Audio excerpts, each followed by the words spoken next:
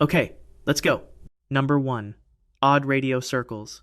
The year is 2020. You are an astronomer at your workstation, reviewing data from the Australian Square Kilometre Array Pathfinder, a radio telescope spread across the red desert of Western Australia. The images arrive as false color maps of the radio sky. Most of it is familiar. The smear of distant galaxies, the compact glow of known sources. Then something appears that has no name. A ring. A perfect, enormous ring, hovering in the radio sky, encircling a galaxy the way a smoke ring encircles nothing. You search the catalogs, you search your memory. Nothing matches. You have never seen anything like it. Nobody has. Anna Kopinska first noticed one of these during an ASCAP survey. The discovery was formalized by Ray Norris and his team, published in the publications of the Astronomical Society of Australia in 2021. They named them odd radio circles, ORCs. Not for want of imagination, the name fit exactly. These structures are circular, they emit in radio frequencies, and they are genuinely, completely odd. Each confirmed ORC measures roughly 3 million light-years across. The entire Milky Way, edge to edge, would fit inside one with room to spare. Placed next to our galaxy, an ORC would dwarf it the way an ocean dwarfs a swimming pool. They are not faint background noise. They are crisp, well-defined circles, and at the center of most of them sits a galaxy quiet, undisturbed, wearing a radio halo the size of a small universe. By 2023, 5 ORCs had been confirmed, with additional candidates accumulating. They appear only in radio wavelengths. Optical telescopes see nothing. X-ray telescopes see nothing. Only radio waves reveal them, which means whatever produces them involves processes that do not emit at other frequencies, an already unusual constraint. And the geometry is the strangest part. They are not roughly circular, not arc-shaped, not distorted by local magnetic fields. They are circles. The symmetry is almost precise enough to be intentional. Researchers have proposed explanations. A 2022 simulation study by Klaus Dolag and colleagues modeled the shock waves produced by collisions between galaxy clusters, massive events where hundreds of galaxies collide, propagating energy outward into the surrounding intergalactic medium. The geometry loosely fits, but the simulations cannot reproduce the clean circular symmetry observed in real ORCs, and they predict emission that should also appear in X-ray. Real ORCs are invisible to X-ray telescopes. Other proposals include termination shocks from galactic winds and spherical shells of synchrotron radiation from ancient energetic events. None has achieved consensus. The honest position in the literature is this: ORCs are a confirmed category of object, and their origin is unknown. What created structures this large and this geometrically precise? Why do they appear only in radio frequencies and nowhere else in the electromagnetic spectrum? Why are they predominantly found away from the galactic plane? And what does that distribution tell us about where they form? How many are invisible right now in archival data from telescopes not designed to find them? From structures we cannot explain to galaxies we cannot explain, because the James Webb Space Telescope has found something that may be more unsettling than a ring the size of a universe. Number 2. Universe breakers. The year is 2022. You are a cosmologist, staring at the first deep-field images from the James Webb Space Telescope, the most powerful astronomical instrument ever built. Launched after decades of engineering and 25 years of delays, finally operational, finally pointed at the deep universe. The images that arrive are stunning. Thousands of galaxies, ancient light stretched red by billions of years of travel, filling every corner of the frame. Your analysis software begins calculating stellar masses for the objects in the field. Then it returns a number for one of the faint smears in the image. You read it. You check the redshift measurement. You check the mass estimate. The galaxy is as massive as the Milky Way. It existed when the universe was less than 700 million years old. Under every model of cosmology that has ever been built, it is impossible. Ivo Lab and his colleagues published the finding in Nature in February 2023. They identified 6 galaxies in JWST's early observational data, all at redshifts greater than 7, placing them within the first 700 million years after the Big Bang. Their stellar masses reached up to 100 billion times the mass of the Sun. That is the mass of the present-day Milky Way. These were not small, chaotic, early-stage galaxies in the process of assembling the kind the Standard Model predicts for that epoch. They were large, structured, and fully formed, at an age when the Standard Cosmological Model Lambda CDM, the framework describing how structure grows in the universe, the framework built and tested over 40 years, says there had not been enough time for gravity to accumulate that much mass. Not close to enough time. Not within a rounding error. Not at all. Labbe used the phrase universe breakers publicly. He was not being dramatic. Michael Boylan-Colchin followed with a formal analysis in Nature Astronomy in 2023. These galaxies did not merely challenge Lambda CDM. They exceeded the theoretical maximum stellar mass that the model permits at their observed epoch. The model does not struggle to explain them. It explicitly forbids them. The mainstream response has been measured. Photometric redshifts estimates of distance based on the color of a galaxy's light carry uncertainties. Some of the 6 might be slightly closer than measured, reducing their implied mass. Early dark energy might have accelerated early structure formation beyond standard predictions. The first generation of massive stars might have converted gas into stellar mass with efficiencies the models have not accounted for. These are legitimate responses to anomalous data, and spectroscopic follow-up observations are ongoing. But the anomalies have not resolved. Subsequent JWST observations have found more massive early galaxies, not fewer. More papers have confirmed the discrepancy, not explained it. The gap between what Lambda CDM predicts should exist in the early universe and what JWST actually finds there has not narrowed in the years since the first announcement. The telescope, built to confirm our cosmological model, opened its eyes and began dismantling it. If these galaxies could not form that quickly under known physics, what does that mean for the Big Bang timeline? Why did the most celebrated telescope in human history immediately find objects that the cosmological model it was designed to test explicitly predicts should not be there? And if early dark energy is the answer, what, exactly, is it? From galaxies that shouldn't exist to a particle that shouldn't exist, because in 2023, something arrived from deep space carrying energy that violated the known laws of physics, and it came from a direction containing almost nothing at all. Number 3. The Amaterasu particle. The date is May 27, 2021. You are reviewing data from the telescope array 507 surface detectors spread across 27 square miles of Utah desert, designed to catch the faint shower of secondary particles that forms when something from deep space strikes the upper atmosphere. Most detections are unremarkable by cosmic standards. Then the array registers a cascade. A primary particle has struck the atmosphere and produced a shower so energetic that detectors separated by miles all trigger within the same instant. The readout appears on your screen. You check the calculation. You check it again. The energy is 2.4 times 10 to the power of 20 electron volts. That is approximately the kinetic energy of a well-thrown baseball, packed into something smaller than an atom, traveling at 99.999% of the speed of light. Toshihiro Fujii and his team at Osaka Metropolitan University published the discovery in Science in November 2023. They named the particle Amaterasu, after the Japanese goddess of the sun. The name fits. This particle carried more energy than anything the sun produces compressed into a subatomic point and fired across intergalactic space. To generate something at this energy, the source must be catastrophically violent. A supermassive black hole in an active feeding state. A magnetar in the grip of a catastrophic flare. A pair of merging neutron stars, releasing energy in a shock front. Something capable of accelerating matter to near light speed and sustaining that acceleration across cosmic distances. The problem is the origin. Particles at this energy cannot travel far without losing it.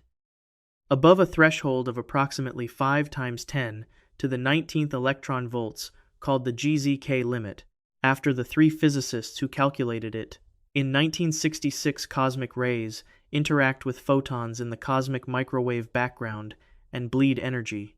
A particle this energetic should dissolve into lower energy debris over distances greater than about 160 million light-years. The source must be relatively local. The telescope array backtracked its trajectory. It pointed to the local void, a region of space containing almost no galaxies, no active galactic nuclei, no known source of extreme energy. It came from the dark. This is not the first time. In 1991, the University of Utah's Fly's Eye experiment detected the Oh My God particle, carrying comparable energy, also pointing to no obvious source. 30 years of better instruments, larger catalogs, and more sensitive detectors later, the problem has not been resolved. It has deepened. The Amaterasu particle extends a pattern: ultra-high energy cosmic rays, arriving with energies that the GZK limit says cannot survive long journeys, arriving from directions containing no known source, powerful enough to generate them. The mainstream explanation is magnetic deflection, intergalactic magnetic fields bending the particle's path during travel, hiding the true origin behind an apparent direction. This is possible. It means we have no reliable method to trace any ultra-high energy cosmic ray to its source. The physics of where these particles come from remains entirely open. What source in a region of near-empty space generates energy at this scale? Is the standard model of particle physics wrong at extreme energies? Why does this keep happening, particles of impossible energy arriving from directions that contain nothing? From a single particle carrying impossible energy, to the discovery that the entire fabric of spacetime is vibrating with something far larger. Number 4. The gravitational wave background. You are a radio astronomer monitoring millisecond pulsars, neutron stars, spinning hundreds of times per second, so precise in their rotation that they function as the most accurate natural clocks in the universe. You have been tracking a set of them scattered across the sky for years, timing the arrival of each pulse to within a fraction of a microsecond. Then something changes. The pulses begin arriving slightly early, then slightly late, not randomly, not from local interference, in a pattern, and not in one pulsar, but in all of them, simultaneously, across the entire sky. Every clock in your array is being disturbed in the same way. The fabric of space-time between you and the pulsars is moving, breathing, and it has been doing so the entire time you have been watching.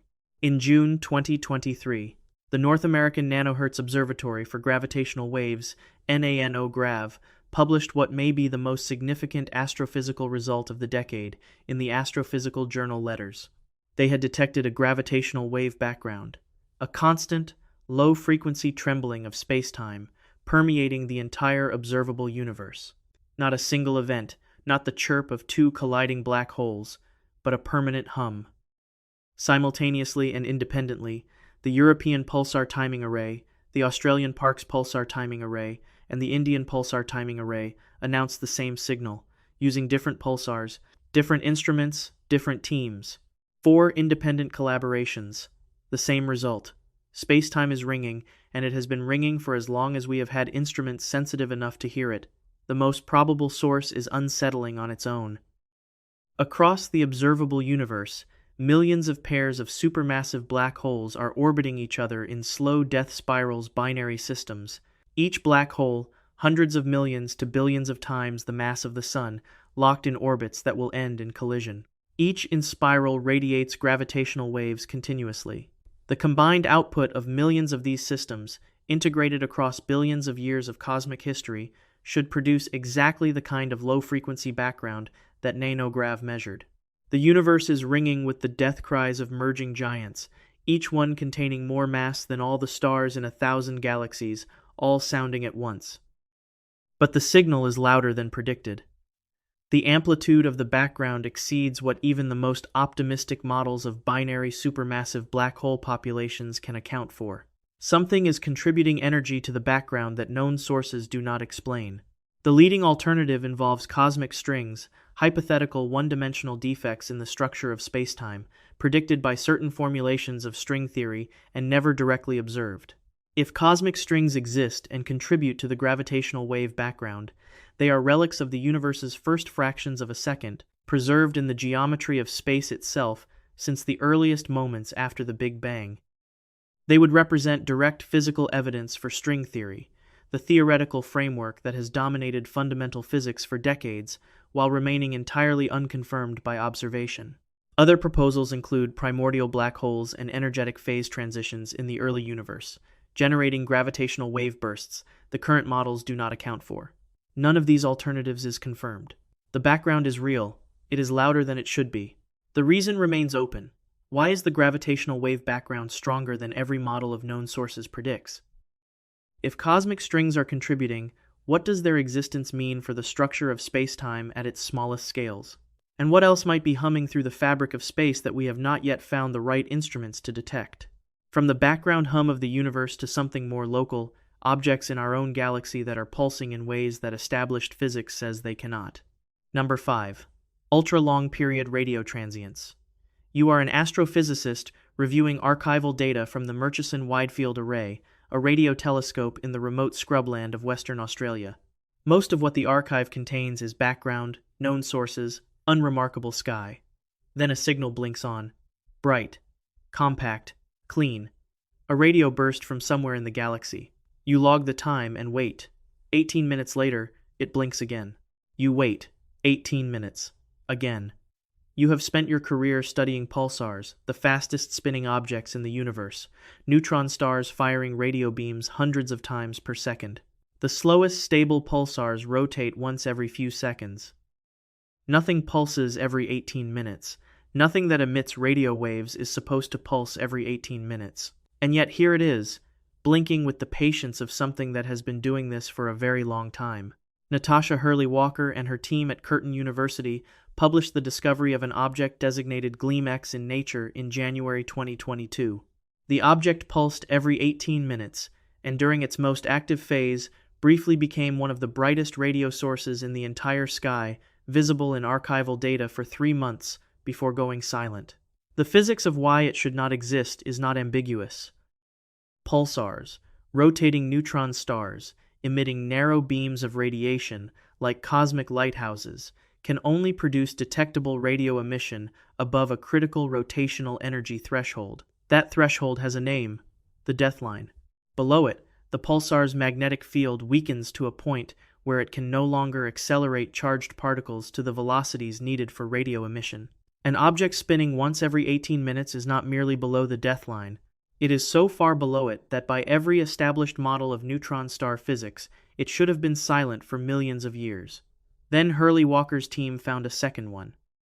A second object, published in Nature in October 2023, pulses every 21 minutes. More disturbing still, when the team searched radio archives going back decades, they found the signal had been there for at least 35 years.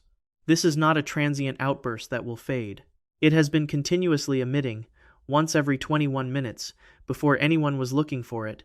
For longer than any known magnetar outburst, the most energetically extreme behavior of neutron stars has ever been sustained. Magnetar outbursts last months. This one has been running for decades. Proposed explanations are honest about their limits. Ultra-long period magnetars, neutron stars, with extraordinarily powerful magnetic fields, might sustain emission through mechanisms not yet modeled at these rotation rates. White dwarf pulsars offer a longer period alternative, since white dwarfs can spin slowly. One example, AR Scorpii, was found to emit radio pulses through a different but still poorly understood mechanism. A third possibility, these are an entirely new category of stellar remnant, something between the known types that follows physics not yet written. None of these explanations has been confirmed. The emission mechanism for both objects is unknown. The second object keeps blinking, once every 21 minutes, from somewhere in the galaxy, from something that should be dead. How many of these objects are embedded in archival radio data no one has reanalyzed? What mechanism sustains radio emission from a rotating object so far below every known threshold? And if our classification of stellar remnants is incomplete, if there are types of dead star we have not named, what else is in the graveyard of the galaxy, pulsing in the dark? From strange objects in our own galaxy to something stranger at the largest scale, entire galaxy clusters moving toward a point we cannot see. Number 6. Dark flow. You are a cosmologist, mapping the velocities of galaxy clusters, the largest gravitationally bound structures in the universe, each containing hundreds to thousands of galaxies, spanning tens of millions of light-years. The universe is expanding and carrying clusters outward. But clusters also have peculiar velocities, small additional motions driven by the gravity of nearby massive structures. You expect these to be random. Some clusters drift slightly toward a local supercluster, others drift slightly away. The pattern should be chaotic at large scales, because at large scales, the universe is supposed to be uniform, no single region more massive than another, No gravitational magnet powerful enough to pull hundreds of clusters in the same direction across billions of light-years of space. Then you look at your data. Hundreds of clusters, scattered across the sky, are moving in the same direction. Not toward the great attractor, the known concentration of mass already pulling the Milky Way, toward something else. Something beyond the edge of everything we can observe. Alexander Kashlinsky and colleagues at NASA's Goddard Space Flight Center published this result in the astrophysical journal Letters in 2008. They extracted peculiar velocities from hundreds of galaxy clusters using the kinetic Sunyaev-Zeldovich effect, an imprint left on the cosmic microwave background by galaxy clusters moving through it, like a swimmer leaving a wake. The result was a coherent bulk flow, clusters spanning a region roughly 3 billion light-years across, moving at 600 to 1,000 miles per second, toward a patch of sky in the direction of Centaurus and Vela. Kashlinsky called it dark flow. In 2010, he extended the analysis to approximately 1,400 clusters. The signal persisted. Direction unchanged. Velocity unchanged. The implications are not subtle. The cosmological principle, the foundational assumption on which all of modern cosmology is built, states that the universe is isotropic and homogeneous at large scales. It should look statistically identical from any point in space. There should be no preferred direction. There should be no bulk flow toward any single point, because nothing at accessible scales should have the gravitational influence to produce one. Dark flow, if real, violates this. The source of the pull would need to be a structure of extraordinary mass located at or beyond the cosmological horizon, the boundary of the observable universe, beyond which light has not had time to reach us since the Big Bang. We would be feeling the gravitational tug of something we cannot, in principle, ever directly observe. The dispute is real. The Planck satellite collaboration published a 2013 analysis finding no dark flow signal in their data. Kashlinsky reanalyzed the same Planck data independently in 2015 and reported recovering the bulk flow at roughly 3 sigma statistical significance. The disagreement has not been resolved. What has persisted is the pattern. Every time a research team specifically looks for a bulk flow signal in galaxy cluster data, something appears. Not always at the same significance, but consistently in the same direction. The signal survives every attempt to make it vanish.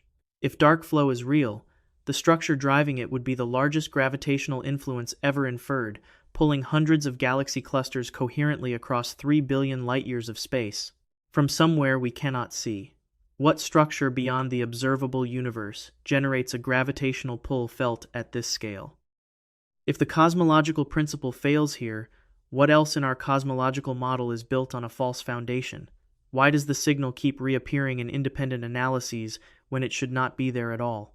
From something pulling us toward a horizon we can never cross, to something carved into the oldest light in the universe, a mark that should not exist. Number 7. The CMB cold spot. You are analyzing a full-sky map of the cosmic microwave background, the afterglow of the Big Bang, the oldest light in the observable universe, radiation, that has been traveling for 13.5 billion years. This map is the most fundamental image in cosmology. It encodes the initial conditions of everything. It should show a near-uniform glow, laced with tiny temperature fluctuations of less than 1 part in 100,000, the quantum seeds from which all structure grew. You know the pattern. You know what random looks like. Then your eye is drawn to a region in the southern sky. A patch spanning roughly 27 degrees across about 50 times the diameter of a full moon, where the temperature is measurably, consistently, anomalously cold, not by much, about 70 millionths of a degree below the surrounding average. But at that scale, 70 millionths of a degree is not noise, it is a wound. Patricia Vielva and colleagues first identified this region in 2004 using data from the WMAP satellite published in the Astrophysical Journal. It became known as the cold spot. When the Planck satellite, the definitive CMB instrument, with resolution and sensitivity beyond anything WMAP could achieve, released its full-sky data in 2013 and again in 2015, the cold spot was confirmed. Real. Anomalous. Significant at greater than 99.7% statistical confidence. The cold spot is not a data artifact. Something caused it, and the number of satisfying explanations is approximately zero. The leading mainstream hypothesis is the supervoid. Photons passing through a large underdense region of the universe lose energy through a process called the integrated Sachs-Wolf effect. The void's weakening gravitational field takes slightly more energy from the photon. Then it returns. A large void in the direction of the cold spot was identified. Studies by Istvan Saputi's team in 2015 and Finelli and colleagues in 2016 found a real underdensity, spanning roughly 1.5 billion light-years in the cold spot's direction. The supervoid is real. When researchers calculate how much cooling it should produce, the numbers fall short. The supervoid explains some of the temperature deficit. It does not explain all of it. The gap is statistically significant. The supervoid is not enough. Laura Mersini-Houghton of the University of North Carolina proposed a different explanation in Physics Letters B in 2006. The cold spot, she argued, is a bruise, the imprint of a quantum entanglement between our universe and a neighboring universe formed before inflation stretched the two apart. This is not a fringe idea. It is a direct, testable prediction of multiverse cosmology, derived from the mathematics of inflationary quantum field theory. Mersini-Houghton published it in a peer-reviewed journal. The idea has been taken seriously enough to motivate dedicated observational programs designed to look for the predicted secondary signatures. If the cold spot is a collision scar with a parallel universe, it is the first direct observational evidence that other universes exist. Not a hint, not a suggestion, a mark left behind by contact. The mainstream prefers the supervoid, but the supervoid is not enough. If the cold spot cannot be fully explained by an underdensity of matter, what produced the remaining temperature deficit? If the parallel universe interpretation is correct, what are the implications for everything that exists outside our own spacetime? And why does the cold spot cluster spatially with other CMB anomalies, including the one in the next section, in patterns that the standard model does not predict?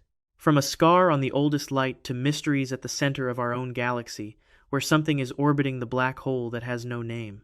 Number 8. G objects. You are tracking an object near Sagittarius A star, the supermassive black hole at the center of the Milky Way, 4 million times the mass of our Sun, surrounded by a region of space so hostile that the tidal forces can shred a star at a distance of 10 billion miles. The stars orbiting the black hole have been mapped for decades. Their paths are known. You know which object is which. Then you watch a compact cloud of gas begin its closest approach to Sagittarius A star. The physics is clear. At this distance, the tidal differential across the cloud's diameter is catastrophic. The near side of the cloud feels gravity orders of magnitude stronger than the far side. It should be stretched into a ribbon and scattered into the accretion disk. Instead, the cloud distorts at the edges, elongates under the stress, and then, as it swings past the black hole and recedes, it contracts again, compact, intact. Something is holding it together from the inside, and it is not gravity you have ever modeled. Stefan Gillison and colleagues at the Max Planck Institute for Extraterrestrial Physics published the original observation of this object called G2 in Nature in 2012. Its closest approach to Sagittarius A star came in 2014. Multiple teams had modeled what would happen. The predictions were clear and confident. Tidal disruption, accretion into the black hole. G2 survived the encounter, stretched, distorted, but intact. The follow-up question was immediate. What is G2 really? If a gas cloud's disruption requires this much explanation. Anna Cierlo and colleagues at UCLA published a systematic answer in Nature in 2020. Their survey of the galactic center identified not one anomalous object but an entire class, which they named G objects. At least 6 are confirmed. All share the same contradictory properties. Compact in appearance, like a star but spectral signatures of gas and ionized hydrogen rather than a stellar photosphere. They stretch dramatically under tidal stress, like a cloud then recompact, like something with internal gravity. They survive encounters with the most extreme gravitational environment in the galaxy. They are not stars by any established definition. They are not gas clouds by any established behavior. They sit in a classification gap for which no physics has been written. The leading explanation is stellar mergers. Andrea Ghez and colleagues propose that G objects are the products of binary stars whose dense orbital environment near the galactic center cause them to spiral together and merge. The resulting object would be a single bloated star still embedded in the vast dust and gas envelope of the collision, hot enough to ionize the surrounding cloud but compact enough to hold together against tidal forces. Witzel and colleagues published supporting arguments in the Astrophysical Journal in 2017. The merger hypothesis is physically plausible.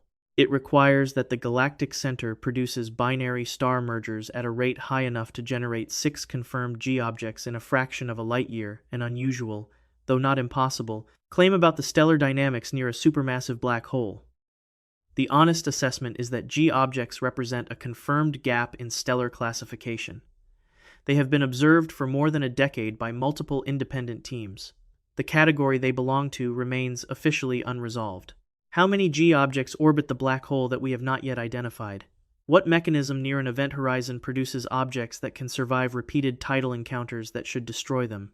And if our understanding of what stellar objects can be is incomplete, even for things we can watch year by year, what are we missing in the rest of the galaxy? From objects at the center of the galaxy that defy classification, to an anomaly built into the structure of the universe itself, one that implies our position in space may not be ordinary. Number 9. The Axis of Evil. You are a cosmologist generating the first full-sky map of the cosmic microwave background from WMAP data in 2003. The map is processed, cleaned, displayed. You are extracting the large-scale patterns, the quadrupole and the octupole, mathematical descriptions of the biggest temperature variations across the widest angles of the sky. These are the largest structures visible in the oldest observable light in the universe. The Big Bang was isotropic. Inflation smoothed the universe into uniformity. The large-scale patterns of the CMB should be oriented randomly, pointing in no particular direction, aligned with nothing in our local neighborhood, because the local neighborhood is cosmologically irrelevant. You rotate the map and look at where the cold and hot lobes fall. They are aligned with each other, which is already statistically unlikely. And then you see what they are aligned with: the ecliptic, the plane of Earth's orbit around the Sun, the equinoxes, features of our tiny solar system in a minor arm of a minor galaxy stamped, somehow, onto the largest structures visible in the entire universe. Kate Land and João Magejo published this finding in Physical Review Letters in 2005, naming it, deliberately, the Axis of Evil. The name was not melodrama, it reflected the scale of the problem. The quadrupole and octupole moments of the CMB, the two largest angular modes of temperature variation in the oldest observable structure in the cosmos, are aligned with each other at a level inconsistent with chance. And both are aligned with the plane of the solar system. The probability of this occurring by random chance is less than 1 in 1,000. This is not a WMAP artifact. Colin Copy and colleagues published a comprehensive reanalysis in monthly notices of the Royal Astronomical Society, confirming the alignment in Planck satellite data, better instruments, different systematic errors, same result. Forsberg and colleagues confirmed it again in Planck's final 2018 data release. Every refinement of the map over 2 decades has kept the Axis of Evil in place. It does not dissolve with better data. If anything, the alignment becomes more precise. The mainstream response has focused on foreground contamination, residual microwave emission from the Milky Way's own gas and dust, or from the solar system, that could artificially impose an ecliptic-aligned signal on the data. Teams have applied increasingly sophisticated foreground cleaning procedures. The alignment persists. Others propose a topological universe, a cosmos with a finite, non-trivial geometry, like the three-dimensional equivalent of a torus or a dodecahedron, in which the largest CMB modes would reflect the universe's shape rather than primordial randomness. This is a legitimate alternative. It requires abandoning the infinite flat universe assumed by lambda CDM, a significant cost. The most unsettling interpretation is the one stated most rarely. If the alignment is real and not a foreground artifact, then the large-scale structure of the observable universe is not isotropic. There is a preferred direction, and it aligns with where we are. The cosmological principle, the assumption that we occupy no cosmologically special location, would be violated at the largest observable scale. Every model built on that assumption, every conclusion drawn from it, would need to be reconsidered, rebuilt. The entire architecture of modern cosmology rests on the premise that we are not special.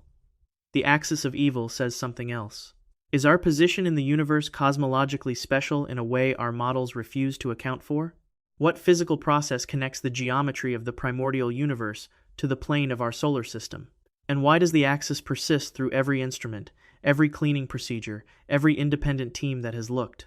From an axis that points at Earth to something that may explain why all of our measurements of the cosmos have been made from the wrong place. Number 10. The KBC void. You are a cosmologist trying to resolve one of the most embarrassing problems in modern physics. Two separate teams have measured the expansion rate of the universe. Both used completely different methods. Both used different instruments. Both cross-checked their results across years of observation. Both are right, and they disagree. The local measurement using Type Ia supernovae as standard candles in nearby galaxies gives a Hubble constant of approximately 45 miles per second per megaparsec.